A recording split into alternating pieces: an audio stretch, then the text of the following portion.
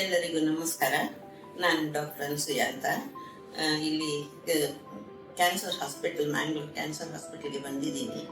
ಯಾಕೆ ಹೇಳಿದರೆ, ಈಗ ಕ್ಯಾನ್ಸರ್ ಅಂತ ಹೇಳಿದ ತಕ್ಷಣ ನಾವೆಲ್ಲ ತುಂಬ ಆಕಾಶ ತಲೆ ಮೇಲೆ ಬಿದ್ದಂಗೆ ನಾವು ನೆನೆಸ್ತೀವಿ, ಲೈಫ್ ಮುಗೀತು ಅಂತ ನೆನೆಸ್ತೀವಿ. ಹಾಗೆ ನೆನೆಸುವ ಅಗತ್ಯ ಇಲ್ಲ ಅಂತ ಹೇಳೋದಕ್ಕೆ ನಾನಿಲ್ಲಿ ಬಂದಿದ್ದೀನಿ. ಯಾಕೆಂದರೆ ಈಗಿನ ನಮ್ಮ ಟೆಕ್ನಾಲಜಿಯಲ್ಲಿ ನಮಗೆ ಎಷ್ಟೊಂದು ಸುಧಾರಣೆಗಳು ಬಂದಿವೆ. ಕ್ಯಾನ್ಸರ್ ಅಂದರೆ ಹೆದರ್ಕೊಳ್ಬೇಕಾಗಿಲ್ಲ, ನಾವು ನಮ್ಮ ಕೆಲಸವನ್ನು ನಾವು ಮಾಡ್ಕೊಂಡು ಹೋಗ್ಬೋದು ಅಂತ ಹೇಳೋದಕ್ಕೋಸ್ಕರ ನಾನು ಇಲ್ಲಿ ನಿಂತಿದ್ದೀನಿ. ಯಾಕೆಳಿದ್ರೆ ಮನುಷ್ಯನಿಗೆ ಕಾಯಿಲೆ ಬರುವುದು ಸಹಜ. ಈ ಕಾಯಿಲೆ ಯಾವ ರೀತಿಯಲ್ಲಾದ್ರೂ ಬರ್ಬೋದು. ಈಗ ನನ್ನ ವಿಷಯವನ್ನು ನಾನು ತಗೊಂಡಿದ್ರೆ, ನಾನಿಲ್ಲಿ ಒಂದು ಬೆನ್ನು ನೋವು ಅಂತ ಬಂದು ಆಮೇಲೆ ನನಗೆ CT ಸ್ಕ್ಯಾನ್ನಲ್ಲಿ ಮಲ್ಟಿಪಲ್ ಮೈಲೋಮಾ ಇದೆ ಅಂತ ಬಂತು. ಅದಕ್ಕಾಗಿ ಇಮಿಡಿಯೇಟ್ಲಿ ಡಾಕ್ಟರ್ ಕೃಷ್ಣ ಪ್ರಸಾದ್ ಅವರು ಅದೇ ದಿವಸ ಟ್ರೀಟ್ಮೆಂಟ್ ಸ್ಟಾರ್ಟ್ ಮಾಡಿದ್ರು.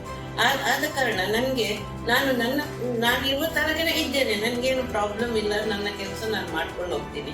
ಸ್ವಲ್ಪ ವೀಕ್ನೆಸ್ ಇರ್ತದೆ ಮನುಷ್ಯ. ಆಫ್ಟರ್ 80, ನನಗೀಗ 85 ವರ್ಷ. ಆಮೇಲೆ ನಮ್ಗೆ ಅಂತ ಶಕ್ತಿಯನ್ನು ನಾವು ಪಡೆಯೋದು ಸಾಧ್ಯ ಇಲ್ಲ. ಚಿಕ್ಕ ಮಕ್ಕಳ ತರ ಓಡಾಡ್ಲಿಕ್ಕೆ ಆಗ್ತದ? ಆಗುದಿಲ್ಲ. ನಮ್ಮ ಮಟ್ಟಿಗೆ ಇರ್ಬೋದು ನಾವು. ಹಾಗಿರುವಾಗ ಕ್ಯಾನ್ಸರ್ ಬಂತು, ಇದು ಬಂತು, ಅದು ಬಂತು ಅಂತ ನಾವು ಹೆದರ್ಕೊಳ್ಳುವ ಅಗತ್ಯ ಇಲ್ಲ.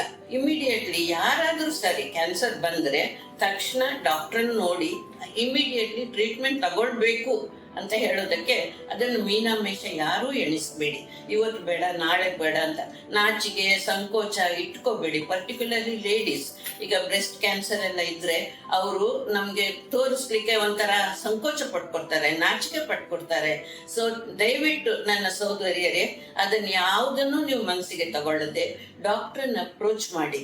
ನಾವು ನಮ್ಮ ಜೀವನವನ್ನು ನಾವು ನಮ್ಮ ರೀತಿಯಲ್ಲಿ ನೋಡ್ಕೊಂಡು ಹೋಗ್ಬೇಕು. ಹೆದರ್ಕೊಳ್ಳುವ ಅಗತ್ಯ ಇಲ್ಲ. ದಯವಿಟ್ಟು ನೀವೆಲ್ಲರೂ ಟ್ರೀಟ್ಮೆಂಟ್ ಅನ್ನು ತಕ್ಕ ಸಮಯದಲ್ಲಿ ಸ್ಪಷ್ಟವಾಗಿ ತಗೊಳ್ಬೇಕು ಅಂತ ನಾನು ಈ ರೀತಿ ಹೇಳ್ತಾ ಇದ್ದೇನೆ.